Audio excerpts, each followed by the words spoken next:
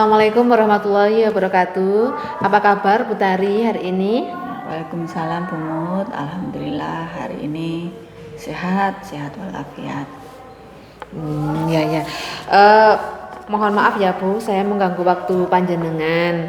Ini terkait dengan tugas saya sebagai CGP. Saya yaitu ingin mewawancarai kepala sekolah terkait dengan materi pengambilan keputusan dan dilema etika. Bagaimana Bu? Apakah panjenengan bersedia? Sudah siap? Iya Bu, monggo nanti akan saya bantu sesuai dengan kemampuan saya. Saya mulai ya Bu. Begini Bu, selama Anda menjadi kepala sekolah di SD Negeri 2 Jatikerto ini, pernahkah panjenengan mengalami sebuah masalah yang dalam penyelesaiannya itu menimbulkan dilema etika pada diri Ibu?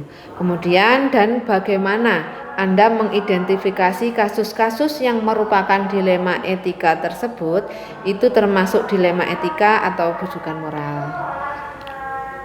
Iya Bu Mut, kalau masalah sih sebenarnya banyak ya, terutama ketika PPDB atau penerimaan siswa baru. Namun dalam penyelesaiannya itu kita menimbulkan dilema dalam diri saya dan sering mengalami kebingungan. Ini harus bagaimana antara ya dan tidak. Dilema itu kan merupakan situasi yang terjadi ketika seseorang itu harus memilih dua pilihan, di mana kedua pilihan itu sama-sama benarnya, tetapi bertentangan. Sedangkan bujukan moral itu merupakan situasi yang terjadi ketika seseorang harus membuat keputusan antara benar atau salah. Nah, ketika menghadapi situasi dilema etika, akan ada nilai-nilai kebajikan mendasar yang bertentangan seperti cinta, kasih sayang, kebenaran, keadilan, kebebasan, toleransi, dan juga penghargaan akan hidup. Sebagai contoh, seperti di SD kita, SD 2 Jatikerto ini kan berada di pinggir jalan raya nasional. Di lingkungan sekitar juga banyak mempercayakan anak-anaknya itu kepada kita. Tapi pernah suatu waktu itu kita menemukan satu anak yang mengalami disabilitas yang berbeda dengan anak yang lainnya. Namun orang tuanya itu mempercayakan anaknya itu kepada sekolah kita. Nah, otomatis kan saya merasa agak dilema. Kalau diterima tenaga guru kita, teman-teman kita itu belum ada yang memiliki kemampuan mengatasi sebagai sekolah inklusi, tapi kalau diterima kita juga akan mengalami kendala untuk memberikan perlakuan yang baik terhadap si anak tersebut. Nah, seperti itu. Jadi akhirnya yang menjadi pertimbangan adalah anak tersebut itu backgroundnya atau latar belakangnya itu dari keluarga yang kurang mampu. Tapi bagaimanapun juga kan sebagai seorang anak berhak mendapatkan pendidikan yang sama dengan anak-anak yang lainnya. Nah, dilemanya di situ. Akhirnya dengan berbagai macam pertimbangan, karena orang tuanya itu sudah mempercayakan kepada sekolah kita, ya kita tetap berupaya bagaimana caranya supaya anak itu bisa diterima. Dan pertimbangan terakhir kenapa kita terima, karena memang kebetulan sekolah yang khusus menampung anak-anak seperti itu kebetulan kan jaraknya jauh. Mungkin banyak sekali kendala yang akan dialami oleh orang tua tersebut, sehingga yang akhirnya itu jadi tantangan pada diri saya.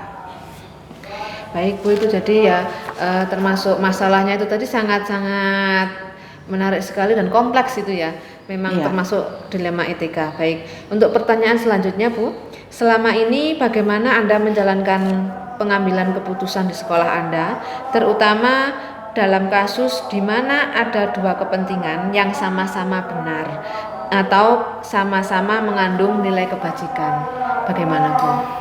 Iya Bu Mut, emang kadang-kadang dilema itu sangat menguras energi untuk menentukan suatu keputusan, karena semua keputusan itu kan mengandung nilai-nilai kebaikan, karena memang semuanya itu sama-sama benar. Saya menilai masalah tersebut dengan paradigma pengambilan keputusan yang pertama, individu lawan masyarakat. Individu itu personalnya anak itu, karena anak itu bagian dari masyarakat. Kemudian kebenaran lawan kesetiaan. Kemudian yang selanjutnya itu keadilan dengan belas kasihan. Kemudian jangka pendek dan jangka panjang. Sehingga dari kasus yang saya hadapi tadi, sesuai dengan paradigmanya adalah pada poin yang ketiga dan 4, yaitu keadilan lawan belas kasihan dan jangka pendek dengan jangka panjang. Gitu ya Bu ya. Berarti langkah utamanya tadi mengidentifikasi masalah itu langkah utamanya berarti yang pertama mengidentifikasinya dulu masalah itu tersebut ya Bu ya. Kemudian lanjut untuk pertanyaan berikutnya, langkah-langkah atau prosedur yang seperti apa yang biasanya Anda lakukan selama ini dalam mengambil keputusan? Biasanya itu memang dalam memutuskan suatu keputusan itu memang selalu ada prosedurnya ya. Biasanya langkah yang pertama itu kita mengenali dulu bahwa ada nilai-nilai yang saling bertentangan itu tadi, yang poin 3 dan 4 itu tadi. Kemudian kita cari tahu siapa nanti yang akan terlibat dalam situasi ini. Dalam hal ini tentu saja nanti guru yang akan mendidik anak itu tadi yang mempunyai kebutuhan khusus. Kemudian fakta-fakta yang relevan dengan situasi ini. Kemudian pengujian benar dan salahnya. Kemudian pengujian paradigma benar salah, prinsip pengambilan keputusan, investigasi trilema, kemudian membuat keputusan, dan yang terakhir adalah meninjau kembali keputusan tersebut, kemudian kita refleksikan. Betul, ya. Itu berarti termasuk 9 langkah dalam mengambil keputusan ya Bu? Iya. Sehingga keputusannya itu nanti bisa benar-benar tepat. Nah, berikutnya Bu, kira-kira hal apa saja yang selama ini Anda anggap efektif dalam pengambilan keputusan pada kasus-kasus dilema etika tadi? Biasanya hal yang paling efektif ketika mengambil keputusan itu dampak yang kita rasakan, terutama dampak yang positif dan menekan seminimal mungkin resiko yang ada. Atau dari yang paling baik kita ambil yang terbaik, atau kita pakai skala prioritas dari hal-hal yang baik tersebut. Kemudian saya juga selain itu saya juga memakai prinsip berpikir berbasis akhir, berpikir berbasis aturan, dan berpikir berbasis kepedulian atau rasa peduli. Berarti ada banyak hal yang perlu dipertimbangkan tadi ya Bu. Nah, pertanyaan selanjutnya langsung saja, hal-hal apa saja yang selama ini merupakan tantangan dalam pengambilan keputusan pada kasus-kasus dilema etika? Yang membuat saya tertantang dalam mengambil keputusan tersebut itu dimana saya harus memilih dua hal yang sama-sama benar. Dalam hal ini saya juga harus benar-benar meneliti dari segi resiko, dari segi dampak ketika saya mengambil keputusan tersebut. Betul ya Bu, tapi sejauh yang saya tahu apabila Anda melaksanakan itu sesuai dengan prosedur, itu berarti kan keputusan yang Anda ambil itu sudah sangat tepat dan terbaik begitu. Berikutnya pertanyaannya yaitu, apakah Anda memiliki sebuah tata kala atau mungkin waktu atau jadwal tertentu dalam sebuah penyelesaian kasus dilema etika, atau apakah Anda itu langsung menyelesaikan masalah tersebut di tempat atau memiliki sebuah jadwal khusus untuk menyelesaikan masalah itu? Kalau untuk kasus seperti itu tadi, penerimaan siswa baru dengan kondisi siswa yang seperti itu dengan prioritas benar lawan benar, itu tidak bisa dilaksanakan dalam satu kali itu kita membuat keputusan umum. Kita membuat jadwal-jadwal tertentu yang sesuai dengan prosedur tadi. Kapan kita mengklasifikasikan soal dulu, mengidentifikasi, kemudian kita akan melibatkan siapa saja, otomatis harus kita sesuaikan dengan prosedur itu tadi, sehingga memang membutuhkan jadwal waktu yang tertata. Jadi tidak bisa dalam satu waktu untuk membuat keputusan itu.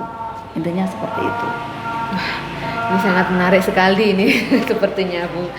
Lalu kira-kira adakah seseorang atau faktor-faktor yang selama ini mempermudah atau membantu panjenengan dalam pengambilan keputusan khususnya dalam kasus dilema etika seperti tadi?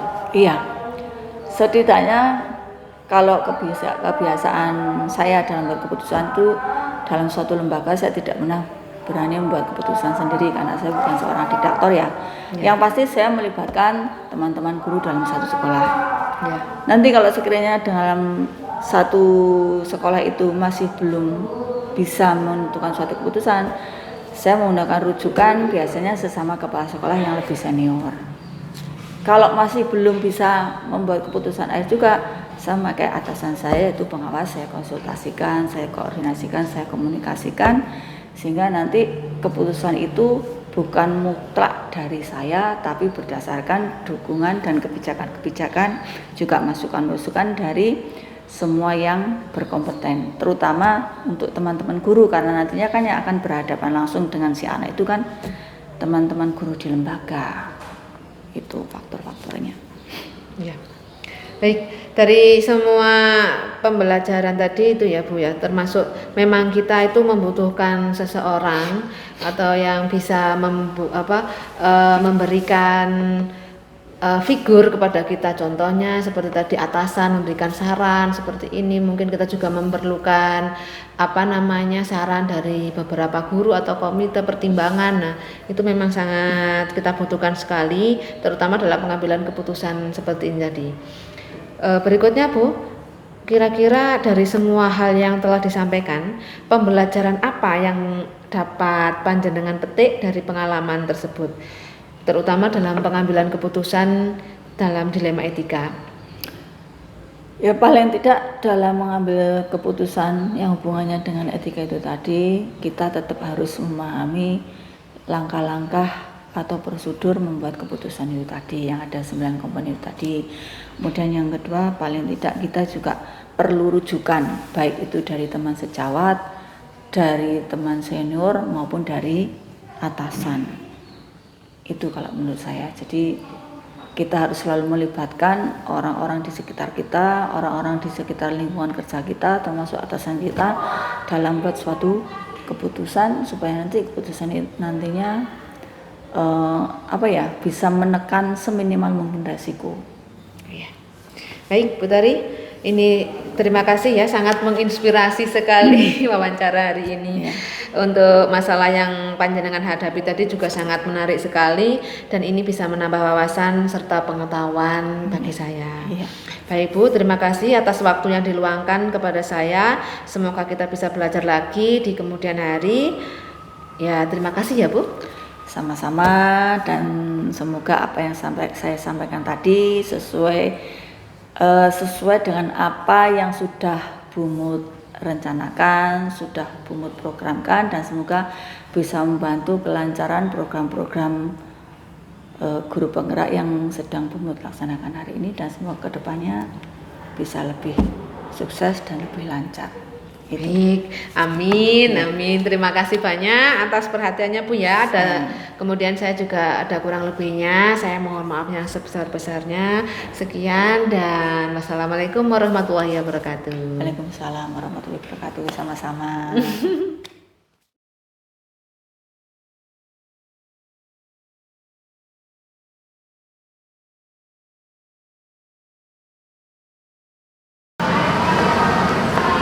Assalamualaikum Bu Susi. Waalaikumsalam Bu Srimut. Minta waktunya sebentar ya Bu ya. Oh iya, monggo. Oke, terima kasih. Bagaimana Bu Susi kabarnya hari ini? Alhamdulillah. Alhamdulillah Bu Srimut sehat. Oke, mohon maaf ya Bu, saya mengganggu waktu panjenengan hari ini. Hari ini saya ingin sedikit tanya jawab atau wawancara dengan panjenengan terkait dengan tugas saya dalam CGP, yaitu tentang pengambilan keputusan. Nah, kira-kira apakah Bu Susi hari ini bisa? Bisa Bu, monggo. Ya, baik Bu. Silahkan. Begini nggih Bu, saya langsung nggih. Ya. Selama Anda menjadi kepala sekolah di TK PGRI 7 Kromengan ini, pernahkah Bu Susi mengalami sebuah masalah yang dalam penyelesaiannya itu menimbulkan dilema etika pada diri Ibu? Dan kira-kira bagaimana Bu Susi mengidentifikasi kasus-kasus yang merupakan dilema etika tersebut, atau memang kasus itu merupakan rujukan moral? Ya Bu, kalau masalah selama ini ada saja ya Bu. Dan ada pula yang dalam penyelesaiannya ini banyak menimbulkan dilema dalam diri saya. Dan bingung saya harus bagaimana.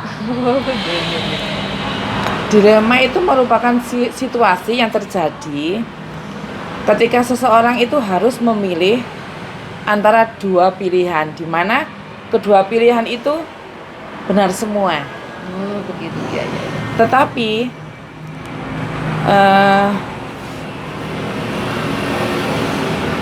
Tetapi ada juga yang bertentangan.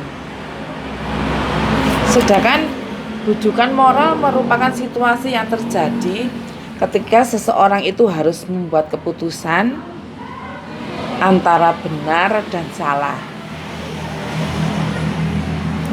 Ketika kita menghadapi situasi dilema etika akan ada nilai-nilai kebajikan mendasar yang bertentangan seperti cinta dan kasih sayang, kebenaran, keadilan, kebebasan, dan penghargaan akan hidup. Oh iya Bu. Seperti contoh di TK kami itu kan jumlah muridnya sedikit. Memang ada penurunan dalam tahun ini. Sementara itu jumlah gurunya ada 6. Sehingga kami dalam memberikan gaji harus mengurangi gaji lah. Ya, ada juga sih usulan tentang penurunan guru. Padahal guru di sekolah kami itu semuanya sangat profesional dalam penanganan anak. Oh, jadi begitu ya Bu ya? Iya. Baik. Kira-kira menurut Bu Susi, bagaimana Bu Susi itu bisa membedakan antara rujukan moral dengan dilema etika itu? Nah, kemudian untuk pertanyaan selanjutnya ya Bu, Iya. selama ini bagaimana panjenengan menjalankan pengambilan keputusan di sekolah panjenengan, terutama dalam kasus-kasus di mana ada dua kepentingan yang sama-sama benar atau sama-sama mengandung nilai kebajikan. Nah, itu bagaimana Bu Susi? Ya.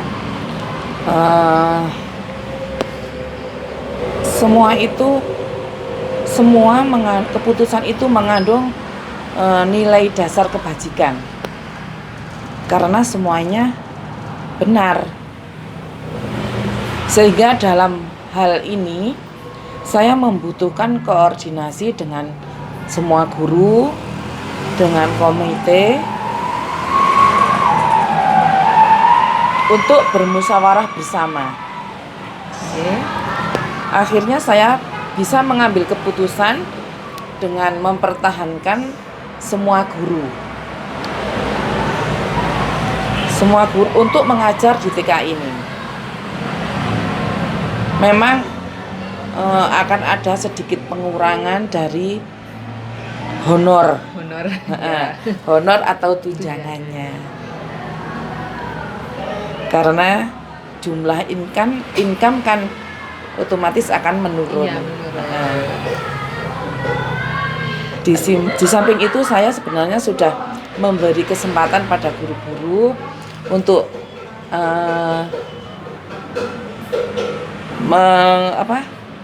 misalnya mungkin mau pindah ketika yang muridnya banyak supaya honornya juga banyak. Tetapi mungkin karena sudah dari dulu di sini, sudah Iya. perasan di sini. Perasaan, ikatan batin. Ya, ikatan batin sama anak-anak. Guru-guru mempertahankan tetap di sini.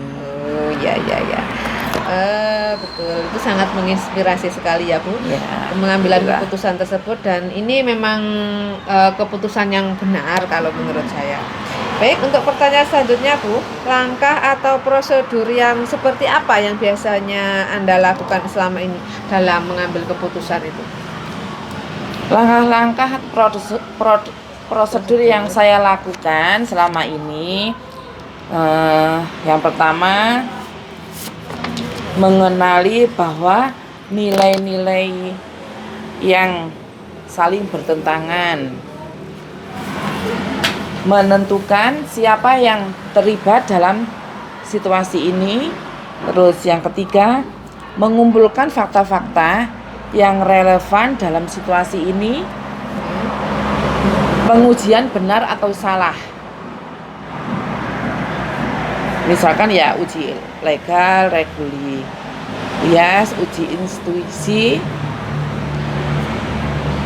atau uji panutan atau idola. Biasanya kan ada anak-anak itu ada guru yang diidolakan. Nah, ya betul betul sekali. Terus yang keempat, pengujian paradigma benar atau salah, Ya. prinsip pengambilan keputusan. Yang ketujuh, investigasi trilema. 8, membuat keputusan. Yang terakhir, meninjau kembali keputusan dan refleksikan. Oh ya ya. Berarti itu 9 langkah pengambilan keputusan ya Bu ya? Ya, Baik. Itu menurut saya memang sangat tepat sekali Bu, sehingga keputusan nanti itu memang sudah benar-benar tepat, tidak berpihak kepada salah satu yang menonjol, memang sudah yang paling benar. Kan memang dari yang benar ada yang paling benar. Biasanya seperti itu. Baik. Selanjutnya Bu, kira-kira hal apa saja yang selama ini Anda anggap efektif dalam pengambilan keputusan pada kasus-kasus dilema etika? hal yang paling efektif adalah yang dimana keputusan tersebut yang berdampak paling baik dan sedikit menimbulkan resiko, atau yang paling baik pilihan dari yang terbaik. Saya juga memakai prinsip dalam mengambil keputusan itu, yaitu saat bersikap berbasis akhir, berpikir berbasis aturan, berpikir berbasis rasa peduli. Oh ya ya ya.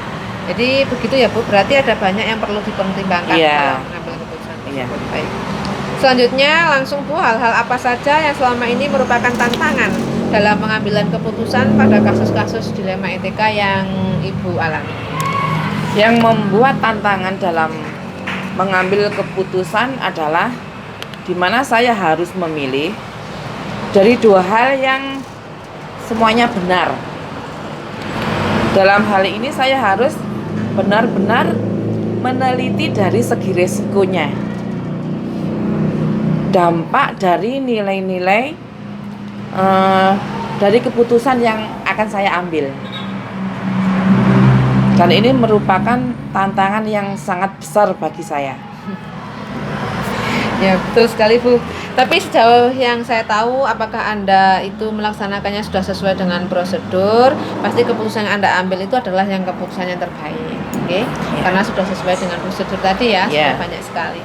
Kemudian pertanyaan berikutnya, apakah Anda memiliki sebuah tata kala atau jadwal atau mungkin waktu tertentu dalam sebuah penyelesaian kasus dilema etika? Apakah Anda itu langsung menyelesaikan di tempat atau mungkin memiliki sebuah jadwal dalam menyelesaikan kasus tersebut? Terus bentuknya itu yang seperti apa tuh yang Anda jalankan? Iya benar Bu Mut.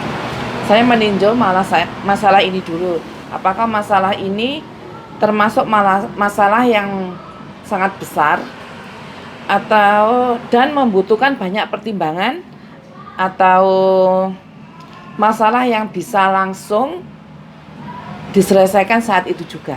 Berarti ini tergantung dari tingkatan Iya. bobot masalahnya Iya. itu ya Bu ya. Ya. Baik, ini sangat menarik sekali Bu.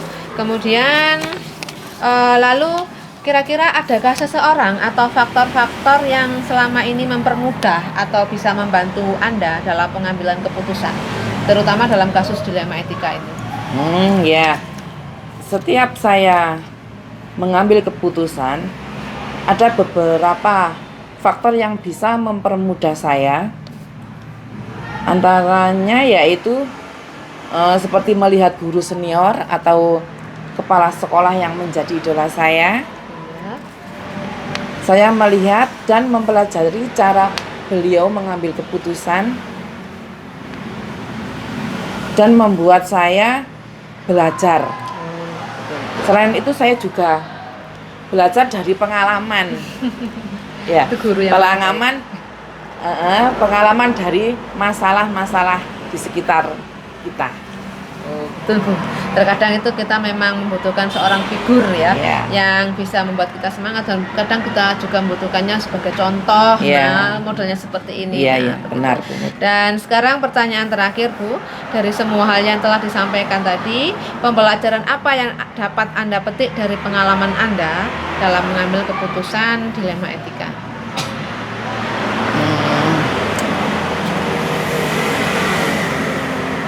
Dari semua pembelajaran pengalaman saya tadi, ada banyak sekali pelajaran yang dapat saya ambil dalam mengambil keputusan. Seperti saya harus mendefinisikan apakah dalam pengambilan keputusan seperti termasuk dilema etika atau bujukan moral. Ya. Saya belajar untuk mengambil keputusan dengan sesuai aturan prosedur 9 langkah pengajuan keputusan tadi. Ya. Saya juga harus belajar untuk benar-benar menimbang antara dua keputusan yang benar, yang pasti ada yang lebih benar lagi.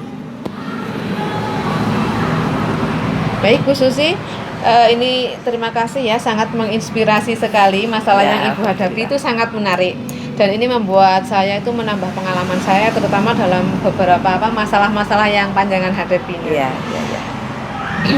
Baik Bu, terima kasih atas waktu yang diluangkan kepada saya. Semoga kita bisa belajar bersama lagi di kemudian hari. Terima kasih sekali lagi Bu Mut, alhamdulillah ya. Ya. Dan semoga Bu Mut diberi kesehatan,